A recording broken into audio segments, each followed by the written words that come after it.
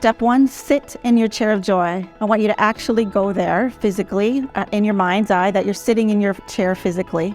You can see what's around you. You can see the sights, the sounds, the smells. Step 2, take a deep breath and exhale fully. And just be fully present with me. Step 3, I want you to think about a moment of joy.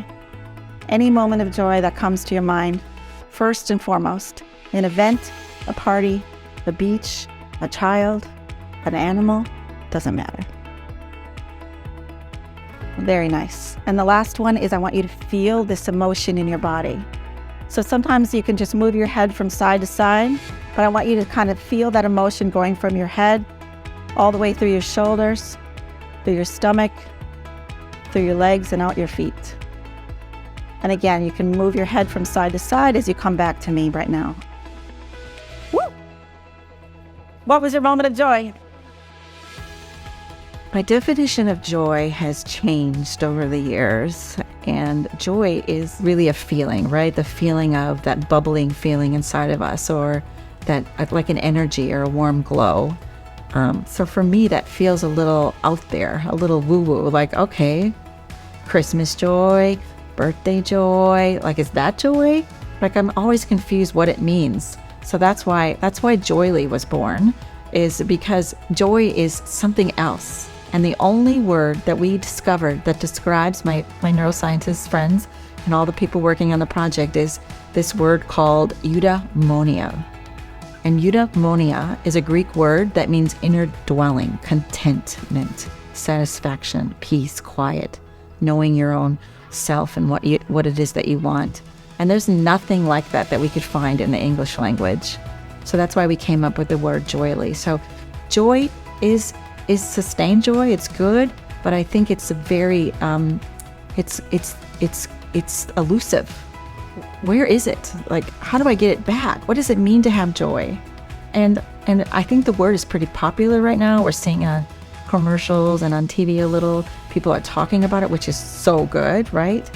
Even saying the word joy, I think, is a good conversation. Putting it in an email, having a communication with a sales staff, it's just, that hasn't been a thing. Now the thing that I want to talk about is this new word called joyly. Not living happily ever after, which again is like, and then it's gone, right? But joyly ever after is this sustained level of contentment, and it takes efforting to get to it.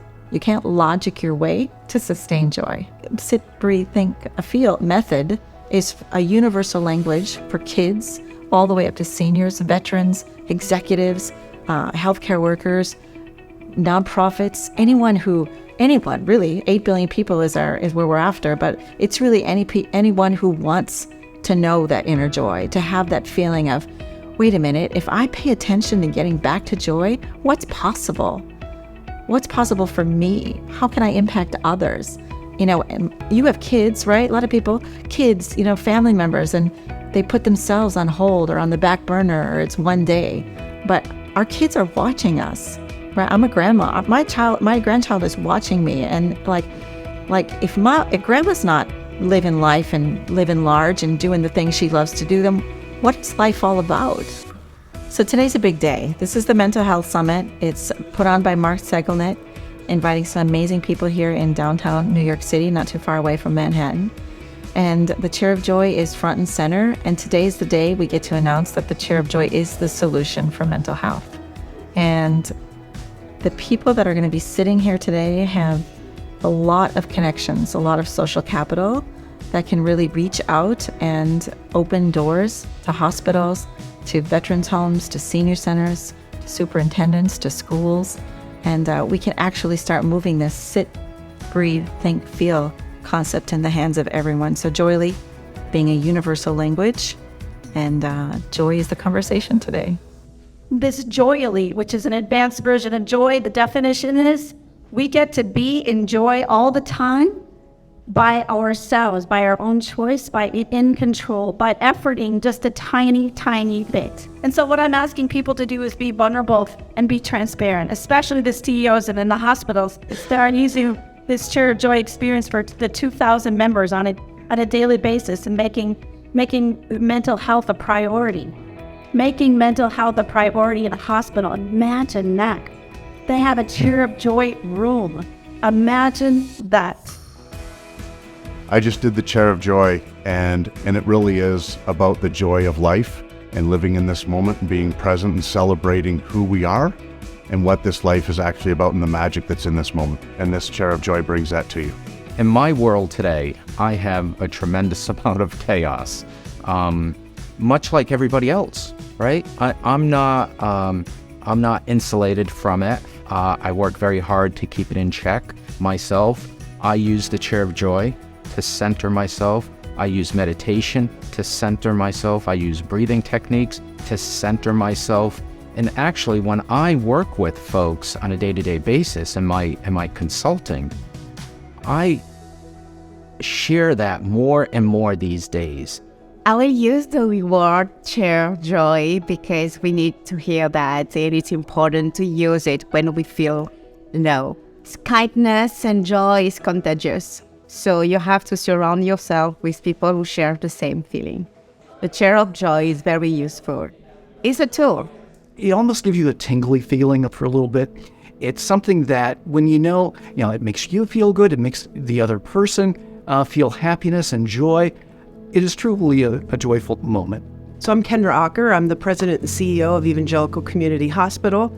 I've been at this organization just about 24 years. And I would say that during the last 3 years of the pandemic, it's been a very challenging time. So about a year ago, I talked to the workforce about finding your joy. And we're at a time where everybody could benefit from talking to somebody, everybody could benefit from, better mental health services, and they're just not there. So this kind of worked for me, and I'm no expert in joy. I certainly studied a lot about what joy does to the brain, and it's like any muscle. The more you exercise it, the better it works. And so when I stumbled onto the chair of joy and the work that Cheryl was doing with the chair of joy, it kind of resonated with me, in part because, you sit and you breathe, and then you think and you feel. It doesn't matter your time, your resources, any of those kinds of things. It does not take much time to find the joy in something and to exercise your mind to be able to do it. But joy is sustainable. If we can remember